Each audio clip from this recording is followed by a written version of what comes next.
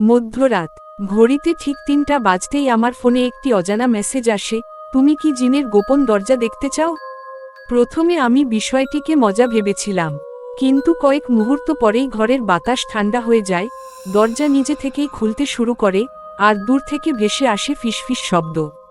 সেই রাতেই আমি জানতে পারি, আমাদের পৃথিবীর বাইরে আরেকটি অদৃশ্য জগৎ আছে, যেখানে বাস করে জিন, ছায়া আর হারিয়ে যাওয়া আত্মারা। আমি সেই দরজা খুলেছিলাম, কিন্তু জানতাম না, একবার খুললে আর ফিরে আসা এত সহজ নয়।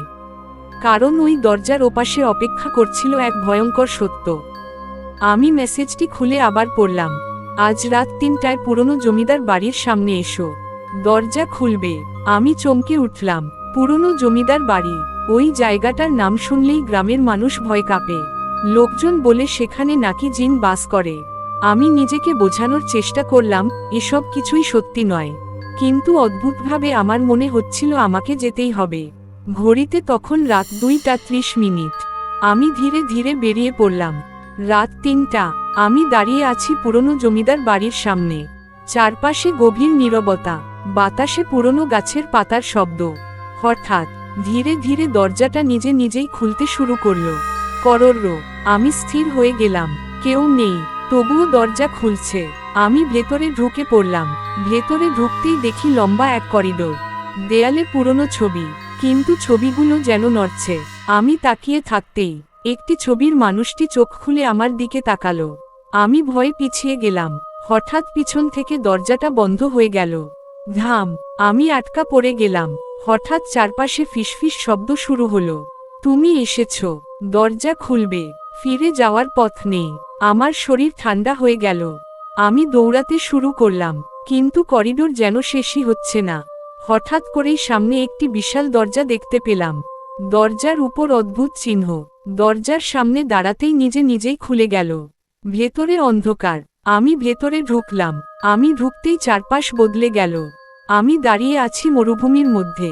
আকাশ লাল, দূরে ছায়ামূর্তি। একটি বিশাল কালো ছায়া আমার দিকে এগিয়ে আসছে। হঠাৎ সে কথা বলল, তুমি দরজা খুলেছ। ছায়াটি ধীরে ধীরে স্পষ্ট হলো।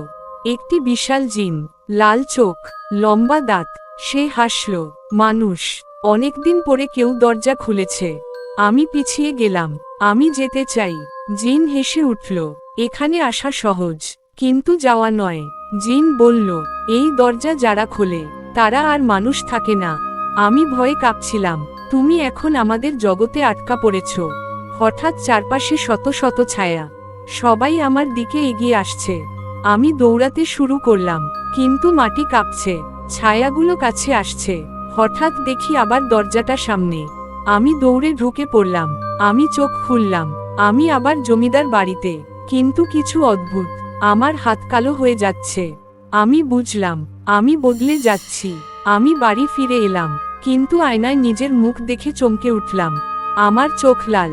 হঠাৎ ফোনে নতুন মেসেজ, এখন তোমার কাজ, পরের দরজা খোলার মানুষ খুঁজে বের করা।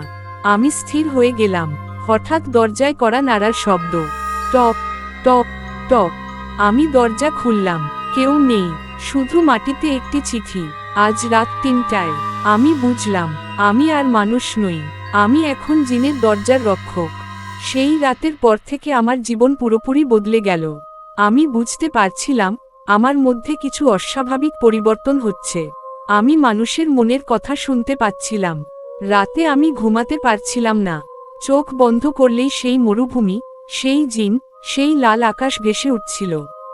হঠাৎ এক রাতে আমি আবার সেই ফিসফিস আওয়াজ শুনতে পেলাম, সময় হয়ে গেছে। আমি হঠাৎ উঠে বসলাম।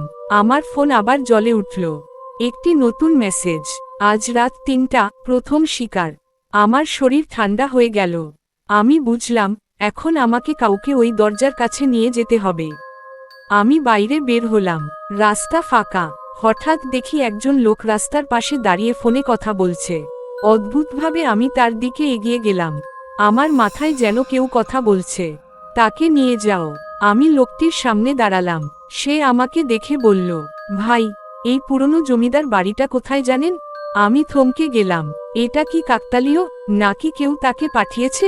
আমি ধীরে বললাম, চলুন, আমি নিয়ে যাচ্ছি। আমরা হাঁটতে লাগলাম।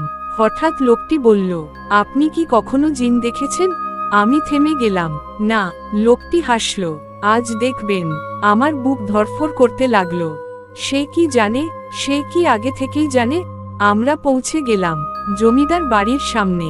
হঠাৎ বাতাস জোরে বইতে শুরু করলো। লোকটি বলল, এখানেই তো। হঠাৎ দরজাটা নিজে নিজেই খুলে গেল। করর্র। লোকটি ভয়ে পিছিয়ে গেল। এটা কি? আমি ধীরে বললাম, চলুন। সে আমার দিকে তাকালো, তার চোখে ভয়। আমরা ভেতরে ঢুকলাম। হঠাৎ দরজাটা বন্ধ হয়ে গেল। ধাম। লোকটি চিৎকার করে উঠল, আমাকে বের হতে দিন। আমি চুপ করে দাঁড়িয়ে থাকলাম। আমার মাথায় আবার সেই আওয়াজ, তুমি কাজ করছো। ছবিগুলো আবার নড়তে শুরু করলো। লোকটি চিৎকার করতে লাগলো, ওগুলো নড়ছে। আমি চুপ। হঠাৎ সামনে দরজা খুলে গেল। লোকটি ভেতরে ঢুকে পড়ল। তারপর তার চিৎকার, বাঁচাও। তারপর নীরবতা। হঠাৎ জিনের কণ্ঠ শুনলাম, ভালো কাজ করেছ। আমি কাঁপতে লাগলাম। এটা কি শেষ?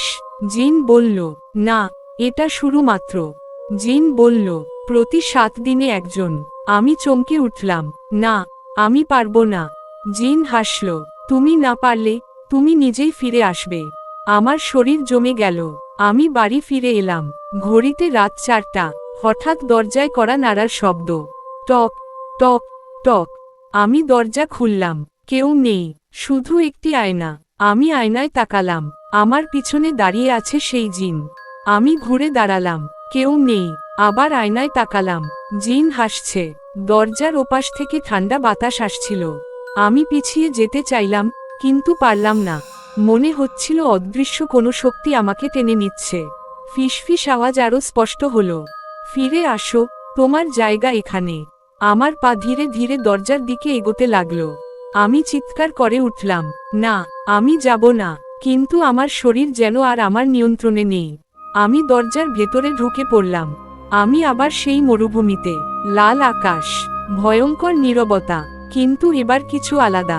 চারপাশে শত শত ছায়ামূর্তি দাঁড়িয়ে আছে, সবাই আমার দিকে তাকিয়ে। হঠাৎ তারা একসাথে বলতে শুরু করলো, নতুন রক্ষক এসেছে। আমার বুক ধড়ফড় করতে লাগলো। হঠাৎ সামনে সেই জিন উপস্থিত হলো। সে হাসল, তুমি ফিরে এসেছো। আমি বললাম, আমাকে কেন এখানে এনেছো? জিন ধীরে বলল, কারণ তুমি এখন পুরোপুরি আমাদের অংশ। আমি ভয়ে পিছিয়ে গেলাম। মানে? জিন হাত তুলল। হঠাৎ আমার সামনে একটি দৃশ্য ভেসে উঠল। আমি দেখলাম, আমি যাকে নিয়ে এসেছিলাম সেই লোকটা এখন ছায়ামূর্তি হয়ে দাঁড়িয়ে আছে। আমি কেঁপে উঠলাম, এটা কি? জিন বলল, যারা